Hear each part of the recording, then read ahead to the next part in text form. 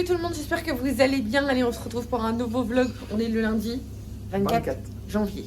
Déjà, vous allez vite comprendre pourquoi je vous dis déjà. Oui, on a une très sale tête tous les deux. Je vais vous expliquer pour ça. C'est aussi le but de ce vlog-là. Donc voilà, Chéri vient de rentrer de son rendez-vous. Je vais vous expliquer où il était, grosso modo. Je vais pas trop m'étaler parce que c'est un sujet sensible. Donc voilà, tu vas faire quoi toi tout de suite? Je suis arrivé le camion. Ouais. Puis moi, je vous explique tout de suite le pourquoi du comment. Bon, allez, je me suis mise dehors, c'est plus simple. C'est plus simple.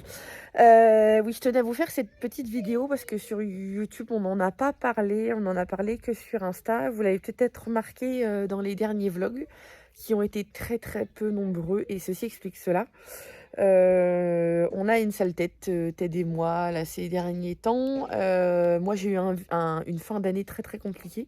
Ceux qui me suivent depuis très longtemps savent que le mois de décembre est compliqué pour moi. C'est une date anniversaire.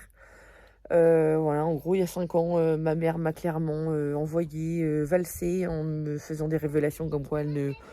finalement j'étais sa fille mais j'étais pas sa fille, qu'elle ne m'aimait pas comme ses autres enfants, enfin voilà, ça a été compliqué pour moi et là cette année je me suis pris de plein fouet. Je croyais que c'était balayé parce qu'il y a 5 ans quand j'ai eu cette révélation, une grosse dispute avec elle, je me suis effondrée, donc je pensais qu'à ce moment là c'était réglé et au final ça ne l'est pas. Alors attends, je vous fais là cette vidéo là tout de suite, mais très honnêtement c'est la deuxième fois que je la tourne, hein. Ce matin j'étais en larmes, donc là je mets mon masque avec vous, mais je préfère mettre ce masque là, sinon vous allez pleurer, vous allez vous écrouler avec moi. Donc là je fais la maline, mais je vous assure que j'en pense pas moins. Bref, je traîne ça depuis mi-décembre, mais avec des terreurs nocturnes, des crises d'angoisse à n'en plus finir. Et la décision de finalement aller vraiment voir un psy parce que ça peut pas durer. Je traîne ces casseroles là éternellement. J'ai beau vivre avec en m'efforçant de me persuader qu'elle est plus de ce monde, alors que c'est pas le cas, hein, mais je me persuade qu'elle est plus de ce monde parce que c'est plus facile pour moi, parce qu'il y a un réel manque de ne pas avoir de maman. On a tous besoin d'une maman, mais moi c'est pas mon cas, donc voilà. Mais il y a eu cette prise de conscience là début d'année, sauf que par-dessus tout, par-dessus ça, alors j'étais déjà pas au mieux de ma forme. De toute façon vous l'avez bien vu, hein.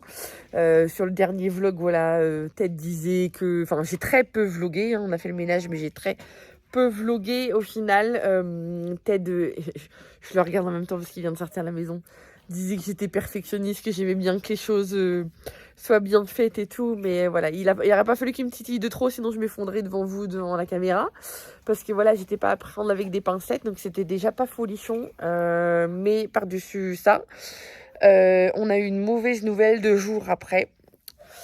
On n'en a jamais parlé ici sur YouTube, on n'en a parlé que très récemment sur Instagram. En fait, on avait un autre projet pour 2022 qu'on vous a caché parce que c'était notre jardin secret à nous, à savoir un nouveau bébé. Voilà. Pourquoi un projet? Parce que il a fallu qu'on se batte et que ça fait 1 an qu'on se bat pour cela en fait. Donc comme vous le savez, Ted a subi une vasectomie il y a 2 ans. Subi, ça c'est une façon de parler, hein. Vasectomie que nous avons décidé tous les deux, je le précise bien, tous les deux. D'ailleurs, il y a tout un parcours psy, un délai à suivre, et voilà, donc ça a vraiment été une décision conjointe, sauf que c'est la pire décision qu'on a prise de notre vie. Et on vit avec cette culpabilité-là, décision à la con, décision matérielle, mais c'est tout le contraire de nous en fait. On a toujours tout fait avec nos enfants. On a été propriétaire plusieurs fois, on a fait plein de travaux, on a fait des voyages, des vacances et tout. On a toujours tout fait avec nos enfants et je sais pas pourquoi on a pris cette décision ridicule.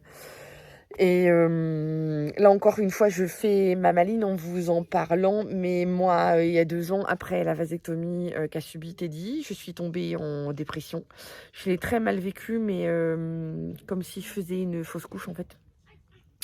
Donc ceux qui malheureusement ont déjà vécu ce type de situation savent de quoi je parle. Les autres, n'essayez pas de comprendre, vraiment n'essayez pas de comprendre. C'est pas une question de quantité d'enfants, c'est un désir d'enfant. C'est viscéral, c'est ça. Et moi, quand Ted a subi sa vasectomie, c'est comme si on m'avait arraché les tripes en fait, et que je mourais à petit feu. En fait, voilà, mon cœur de maman s'est brisé. Donc du coup, on a pris la décision, il y a un petit peu plus d'un an, de faire marche arrière, parce qu'il est possible, malgré une vasectomie, de faire marche arrière. Je bouge un petit peu parce que c'est plus sympa. Ça s'appelle une vasectomie, et du coup, on a commencé tout un parcours du combattant, parce que il a fallu que Ted passe plein d'examens médicaux, mais moi tout autant que lui. Sachant que moi, on m'a dit clairement et ouvertement, non Madame Beaufour, on ne vous aidera pas. C'est trop risqué, vous avez déjà 6 enfants. Ça pourquoi? Parce que naïvement, on a été à l'hôpital public. Voilà, on s'y attendait pas, on s'était pas, voilà, nous on est un petit peu naïfs dans la vie, donc voilà. On a été à l'hôpital public. Malgré tout, même si ils nous ont dit qu'ils nous aideraient pas médicalement, il y avait possibilité que Ted subisse une vasectomie, donc une réparation de vasectomie en fait. Donc du coup, moi j'ai fait plein d'examens, Ted aussi, tout était nickel pour tous les deux, mais même moi en fait. À la grande surprise de la gynéco qui m'avait envoyé bouler, parce que quand je vous dis que ça a été le parcours du combattant pendant un an, c'est qu'il a fallu qu'on montre patte blanche, et on s'en est pris un petit peu plein la tête avec des jugements, parce qu'on est une famille nombreuse. Pourquoi du coup vous ne vouliez plus en avoir, et pourquoi maintenant vous changez d'avis? Il a fallu qu'on se justifie. On nous a parlé de parcours psychologique, il n'y a eu aucune psychologie dans notre parcours, et vous allez vite comprendre pourquoi. Et j'ai fini par avoir les excuses à demi-mot de la gynéco, parce qu'il s'est avéré que je suis en excellente santé et que mon utérus est tout beau. Voilà, c'est eux qui m'ont dit. Mon utérus est tout beau. En fait, mes 2 dernières grossesses, j'ai accouché par césarienne. Et je n'ai aucune cicatrice au niveau de l'utérus, voilà, parce que j'ai passé des échos, j'ai passé même des examens sanguins. Ils m'ont fait la totale, voilà, pour essayer de me persuader de faire marche arrière. Et ils ont fini, voilà, elle a fini par me faire un semblant d'excuse, en se rendant compte qu'en fin de compte, voilà, je pouvais encore avoir un petit bout. Bref, du coup, Ted a eu un rendez-vous pour faire une vasectomie. Le chirurgien était hyper confiant, voilà. Il a expliqué comment ça allait passer. Enfin, quand ils allaient réparer ce que l'ancien chirurgien avait fait, parce que l'ancien chirurgien qui avait opéré Teddy la première fois ne faisait pas ce type de chirurgie-là. Bref, donc Ted s'est fait opérer le 10 janvier. Le chirurgien avait dit, c'est sûr à 99%, ça va fonctionner. Mais je vous préviens quand même, il y a un infime risque, ça serait franchement pas de bol, que je ne puisse pas réparer, que je me rende compte en ouvrant. Et bah voilà, c'est ce qui s'est passé. Le 10 janvier, Teddy s'est fait opérer, et l'opération n'a pas fonctionné du tout. L'opération a duré 2 fois plus de temps que prévu, avec des séquelles derrière physiques plus lourdes. Et psychologique aussi, hein. C'est-à-dire que Teddy a été en arrêt pendant 2 semaines.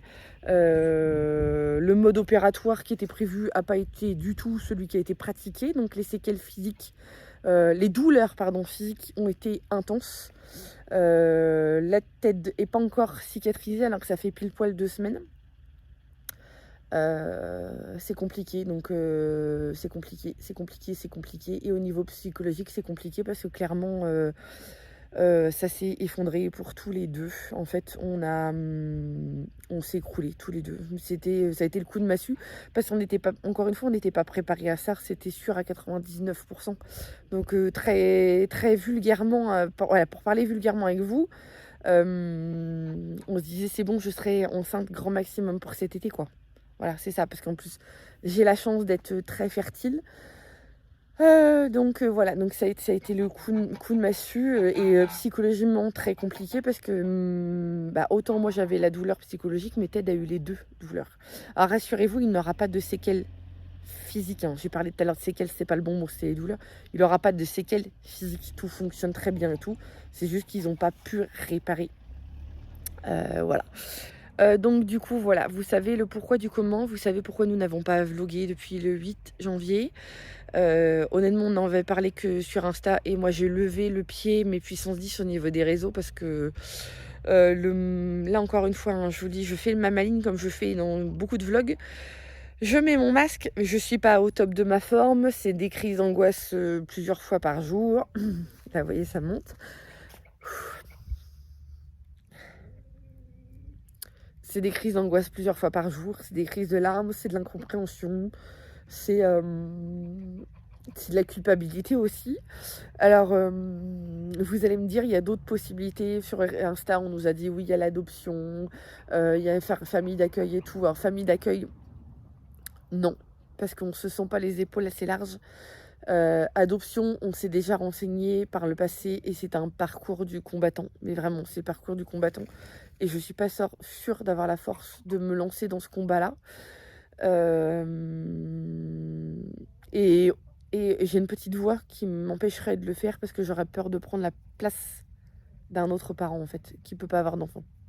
Donc voilà, c'est un avis très personnel, hein, attention. Mais après, sur Insta, on nous a donné d'autres pistes, en fait. Et des pistes que nous, très honnêtement, encore une fois, je vous l'ai dit, nous, on a une approche très naïve. On a été à l'hôpital public, on s'est pas douté, on s'est pas imaginé. Et on a su après que, bah ouais, on aurait été en privé, bah ça aurait été fait, quoi. Ça aurait été fait.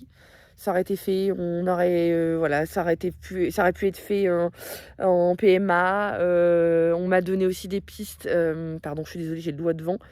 On m'a donné aussi des pistes vers l'Espagne. Enfin, on a plein de pistes, donc ça redonne le moral, mais on n'est pas prêt en fait. Voilà, c'est très bête. C'est très bête, mais on n'est pas prêt parce que ça a été un tel coup de massue qu'on s'est écroulés tous les deux.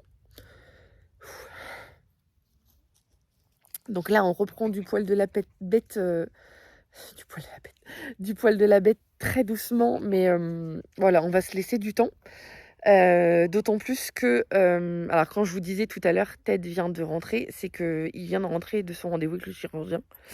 Rendez-vous qui s'est mal passé encore. Parce que Ted n'est pas fini de cicatriser, mais ils lui font reprendre le travail quand même. Et que pour la petite anecdote, le chirurgien qui a opéré Teddy le 10 janvier est tout juste venu le voir pour lui expliquer en sortant du bloc. Ted a un soupçon de souvenir, mais il était littéralement dans le pâté, hein. Il était voilà, sous morphine et il se réveillait tout juste, donc voilà. Mais il est pas revenu voir Ted après l'opération pour lui dire ça a foiré, et voilà. Donc au niveau psychologique, compliqué parce il a traité qu'avec les infirmières. Et là aujourd'hui, Ted a vu un interne parce que le professeur n'avait pas le temps. Et rendez-vous très bizarre, pas beaucoup d'humanité. Et puis au final, le professeur qui se débine, quoi. Enfin, très, comme dit Ted, le service après-vente, on repassera. Enfin, on peut me demander ses coordonnées, je le conseillerais pas du tout, hein, mais franchement, au niveau psychologique, mais que dalle. Franchement, rien, aucune humanité. C'est très compliqué, très compliqué. Donc voilà, Ted a besoin de s'en remettre aussi. Donc voilà, on a vraiment besoin de prendre du temps tous les deux. Mais comme je vous dis, ouais, Ted vient de rentrer. Et on est dans les cartons. Parce qu'en fin de compte, on déménage ce week-end. Voilà.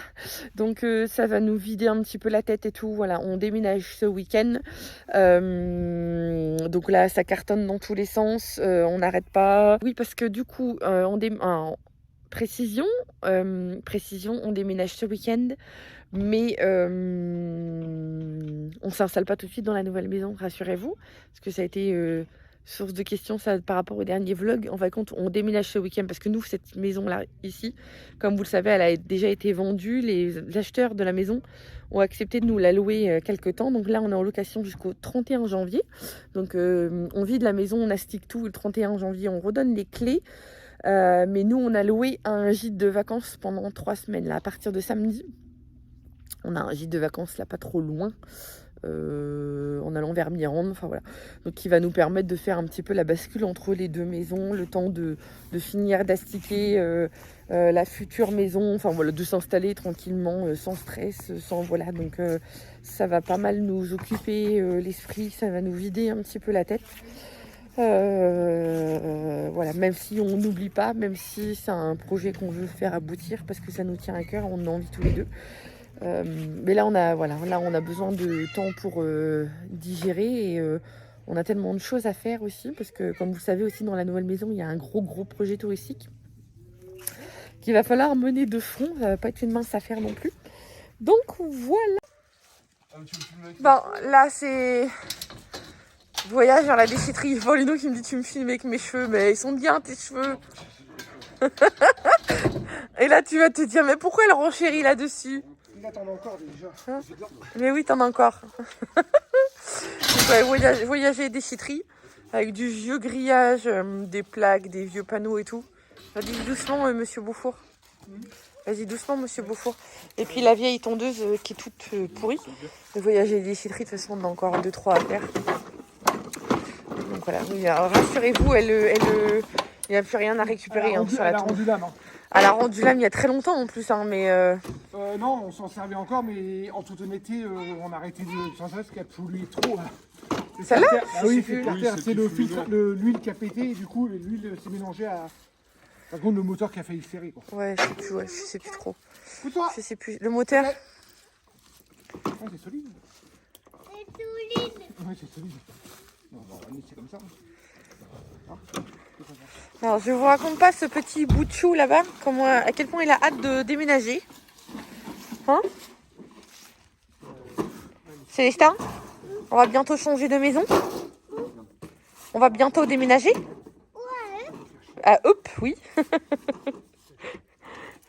Célestin vous a révélé le nom du village. Hein En même temps, il y a un projet touristique dessus, on va pas le cacher. Hein tu chantes Non, c'est de l'autre côté. Non, pousse-toi. Maëlou, arrête de fouiller. Oh mon Dieu, t'as trouvé des déchets. Je suis allé à Toulouse, c'était mon... C'était l'enca de papa. Bah oui, je sais. Papa, il a grignoté en route. Bah devant, là, je crois. Oui, là. Non, tu chantes... Non, de l'autre côté, tu chantes. En haut? Non, pas. Tes lunettes, ça fait des oreilles de... Tes oreilles, avec tes lunettes, ça fait trop bizarre. Elles sont à qui, ces lunettes-là? Non, elles sont pas à toi. T'es sûr de ça? Moi, pour moi, elles sont pas à toi, ces lunettes-là. Hein. Non, c'est pas écrit Célestin. Tu crois que c'est écrit Célestin dessus? Ouais? Vraiment? Bon. C'est des masques sales. Et propre ça? Arrête de fouiller dans la voiture s'il te plaît. Ah bon, on nettoie. Bon, et moi de mon côté, je suis plus dans la paperasse. J'en ai déjà fait une partie ce matin. Donc concrètement, c'est transfert des fonds vers le notaire, parce qu'on signe à la fin de la semaine, comme je vous le disais. Ouvrir le compteur d'eau, ouvrir le compteur EDF. Enfin, je suis en train de me dire, mince, j'ai oublié de... Vous savez, sur les compteurs EDF, on a un numéro, ils appellent ça un numéro... c'est PDL ou PL, je sais plus, un point de livraison, je sais plus comment on appelle ça. Enfin, il y a un numéro sur les compteurs et j'ai oublié de le noter sur un papier. Et comme la maison est vide depuis plus de 20 ans, je sais pas s'ils vont retrouver avec l'adresse en fait. Je sais pas, je vais voir, faut que je les appelle. Faut que je fasse aussi la bascule de contrat habitation d'une à l'autre, le transfert de courrier, commander une boîte aux lettres s'il n'y a pas de boîte aux lettres là-bas. Je crois qu'il y en a une où elle est intégrée dans la porte, elle est minuscule, puis comme nous on a régulièrement des colis, voilà. Et puis c'est déjà pas mal. Voilà. Allez, je vous reprends un peu plus tard.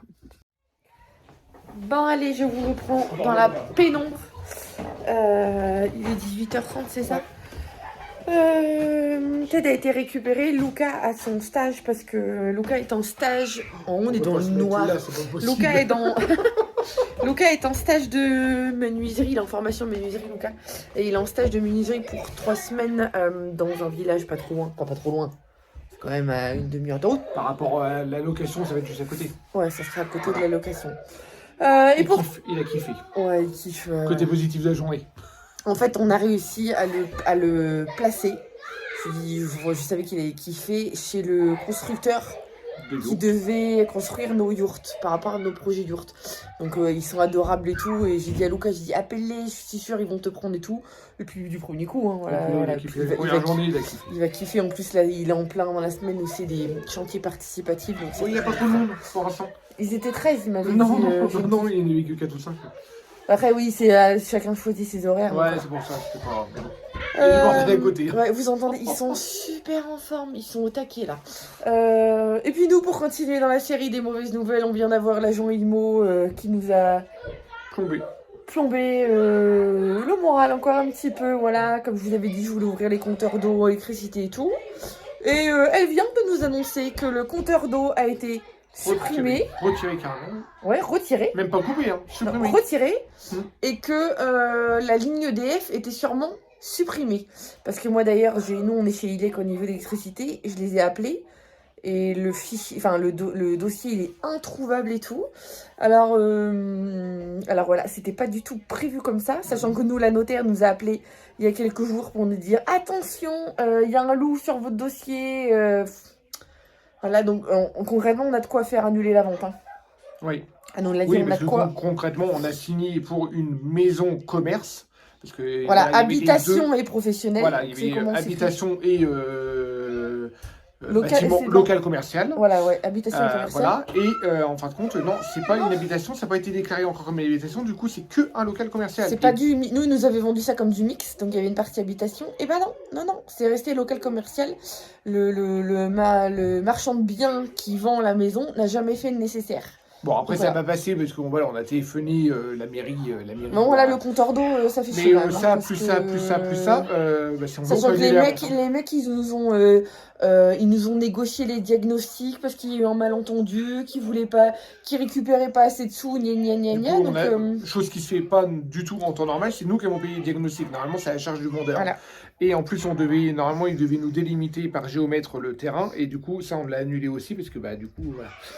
Pour tirer, et on signe dans 3 jours. Hein, mais là, on a de quoi. Là, concrètement, on a... c'est ce qu'on a peur, c'est que le compteur d'eau, en fin de compte, il y a sous les sons de cloche sur Internet, c'est pour ça qu'il faut qu'on téléphone. Et là, à 17h, j'ai appelé, c'était il y en a qui disent que ça met 10 semaines, tant de faire les démarches, faire les papiers, tant qu'ils parce que c'est assimilé à une maison neuve. Voilà, mais nous, nous, on a déjà les tuyaux, on a déjà tout. Alors, il y a déjà le regard, il y a déjà tout l'installation. Il n'y a que à brancher. Il y a tous les sons de cloche sur Internet. Et non seulement... Si jamais ça passe en maison neuve, faut compter je t'ai dit de 800 à 3000 euros, mais surtout 10 semaines de délai. Et nous, 10 semaines, on ne peut pas attendre.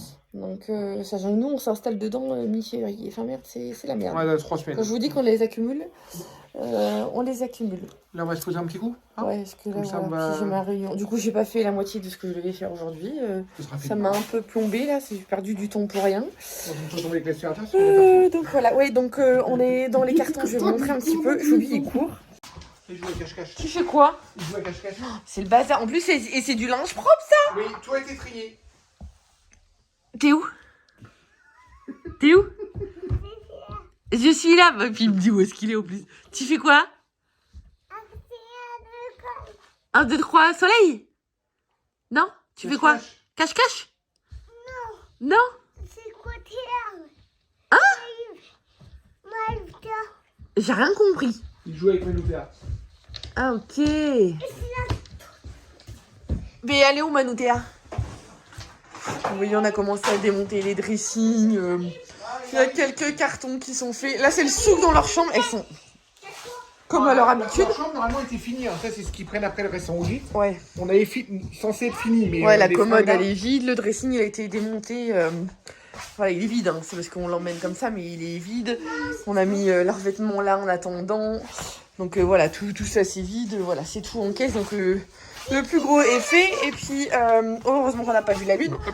Et puis, ouais, il y a plein de cartons là. Voilà. Aujourd'hui, tiens, en émission, on devait démonter les lustres. D'ailleurs, c'est un peu Halloween. C'est souvent le problème des lustres, comme ça, moi je suis toute petite en plus. Et puis on l'a pas fait, ça le fera demain. Et puis voilà, mais c'est Hiroshima, il y a du bazar partout. Il y a du bazar partout, c'est n'importe quoi. Enfin n'importe quoi, c'est voilà, c'est un déménagement quoi. C'est un déménagement, il y en a là, voilà, c'est la fête, bref. Enfin voilà, bilan de cette petite journée, vous savez tout. C'était important pour moi que vous sachiez un petit peu où est-ce qu'on en était parce que voilà, on vlog pas trop et si on vous le disait pas maintenant, vous auriez pas su. Donc voilà. Voilà où nous en sommes. Mais on va dire fin de l'histoire. Voilà, on va rester sur les cartons, le déménagement. On va rester sur On les va se dossiers focaliser là, là-dessus, et puis, puis on va se requinquer. Et puis voilà, donc sur ce, on vous fait des gros bisous. On vous dit à très bientôt. Normalement, on devrait vlogger plus. Hein. Là, on va vlogger. C'est la fin de la semaine avec le déménagement, tout ça. On va Chéri, vlogger. il a dit qu'il allait vlogger. On va vlogger, on va vlogger. Il va prendre la relève. Promis, on va prendre la relève. Voilà. on Mon se chéri remet- qui est tout blond d'ailleurs. On se remet un peu Regardez, d'attaque. regardez la tête. C'est une tête. Hein. Allez, sur ce, on vous fait des gros bisous. À tout bientôt. Salut, salut.